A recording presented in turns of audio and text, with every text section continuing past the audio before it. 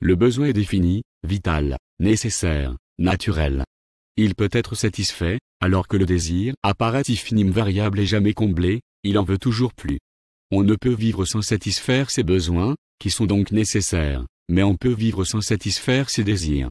Figaro, boire sans soif, et faire l'amour en tout temps, madame. Il n'y a que ça qui nous distingue des bêtes. Beaumarchais, le mariage de Figaro. Le désir est proprement humain.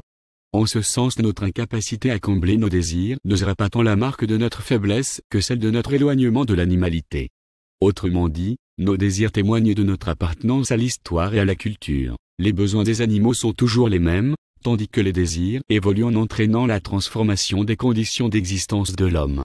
Émancipation et liberté de l'homme par rapport aux données naturelles. La conquête du superflu donne une excitation spirituelle plus grande que la conquête du nécessaire.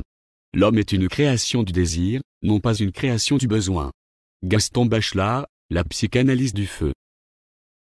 Cependant, cette distinction a quelque chose d'artificiel, car besoin et désir sont inextricablement liés.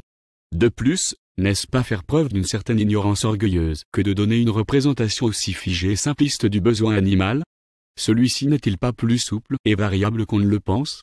N'a-t-il pas une dimension culturelle, du moins pour certains animaux?